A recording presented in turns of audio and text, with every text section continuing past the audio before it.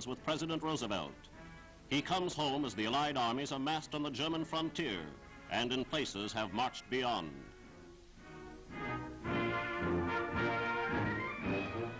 In a series of victories without parallel, the Germans have been blasted from one occupied territory after another.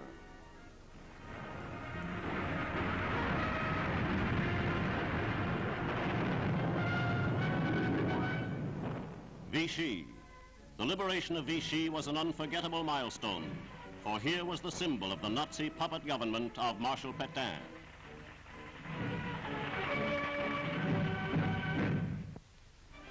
Brussels. Belgium too is free. The House of Representatives named Prince Charles to the office of Regent. He will act temporarily for his brother, King Leopold, now a prisoner in Germany.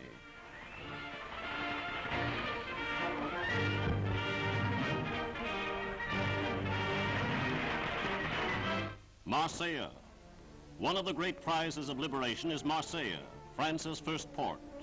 On hand to examine German demolition are British, French, and American naval officials. These U-boat pens were still under construction when the Germans fled.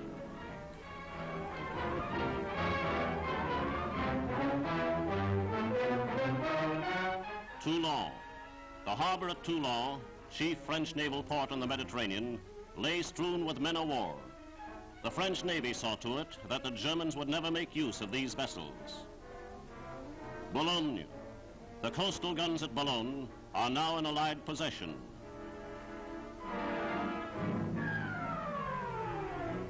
Le Havre. This second port of France is another monument to Nazi vandalism.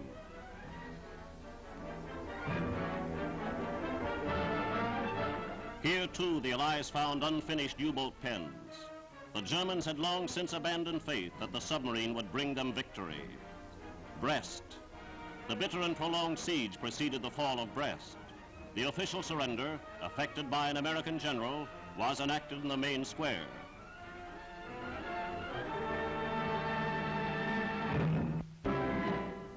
Dover.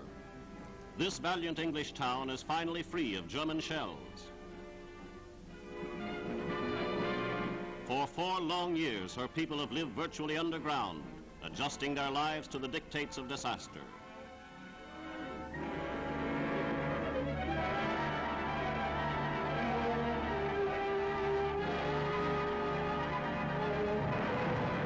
For 1,510 days, the Nazi big guns across the channel were free to pump 16-inch shells into Dover and neighboring towns.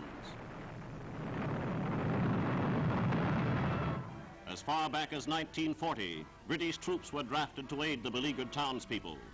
But Dover, with all her scars, went about her daily duties. Calais. Now Calais is in Canadian hands, and the long trial of Britain's Hellfire Corner is over. As the Canadians approached, a truce was granted to evacuate thousands of civilians. The exodus began across the Calais Canal.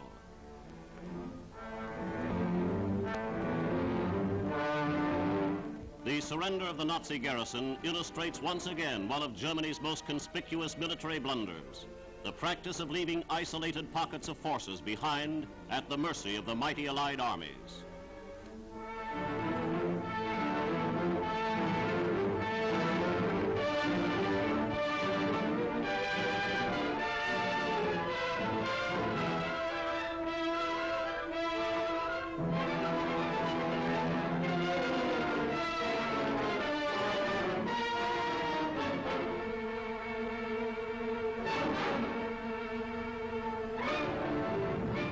When the Allied attack was resumed on a grand scale, Lancasters, Halifaxes, and Typhoons went in for the kill.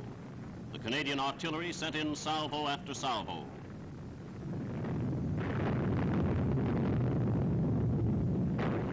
It took the Nazi commander, who had sworn he would never be taken alive, 2 brief hours to change his mind.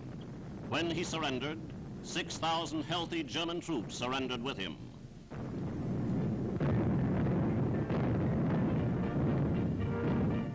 These guns have fired their last shell at the civilians of Great Britain. They were only as strong as the men who manned them.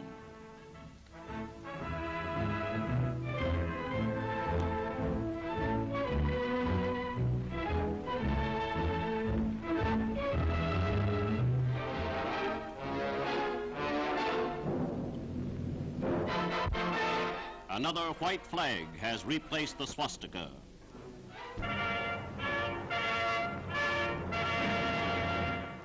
Arnheim, one of the most dramatic and gallant feats of this war, has been performed by the 1st Allied Airborne Army. 4 of the 5 Dutch landings were a complete success. The 5th, though it fought a losing, isolated battle, contributed immeasurably to the victories of the others. Ground forces made quick contact with most of the landing parties, ousting the enemy from his water-defended positions. The landing at Grave was typical. Reinforced by paratroopers and quickly supported by land forces, the airborne men secured their objectives in record time.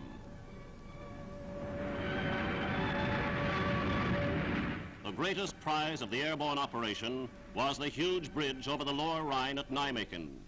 It is almost 2 kilometers long, 14 times the length of the bridge at Arnheim.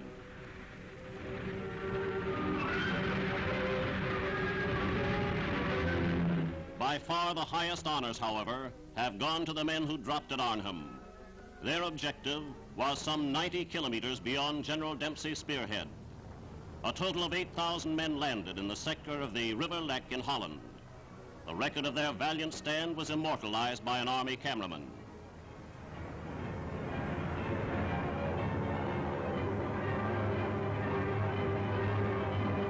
Great numbers of paratroops joined the glider-borne units.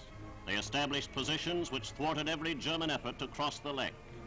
Their job was to hold out until the land forces made contact.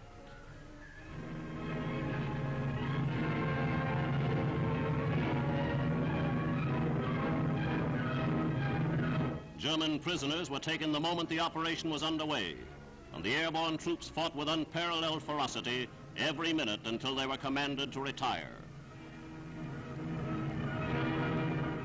Men of the Dutch resistance movement revealed the disposition of the German forces. This country bungalow was converted into a headquarters. As the days wore on, the Germans mustered every man possible against this relatively small force.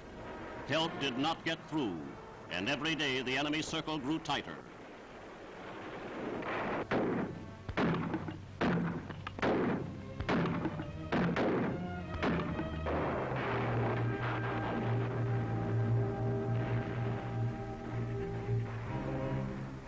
Supplies were dropped as long as weather permitted flying.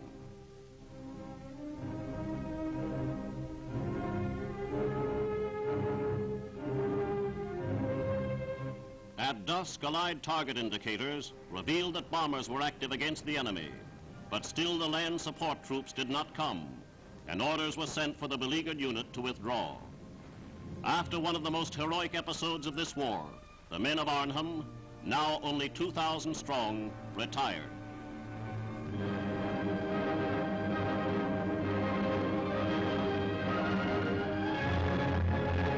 These men did not fail. In the 9 days and nights they fought, they held the Nazis back. Thanks to their courageous sacrifice, Nijmegen Bridge, undamaged, is in Allied hands.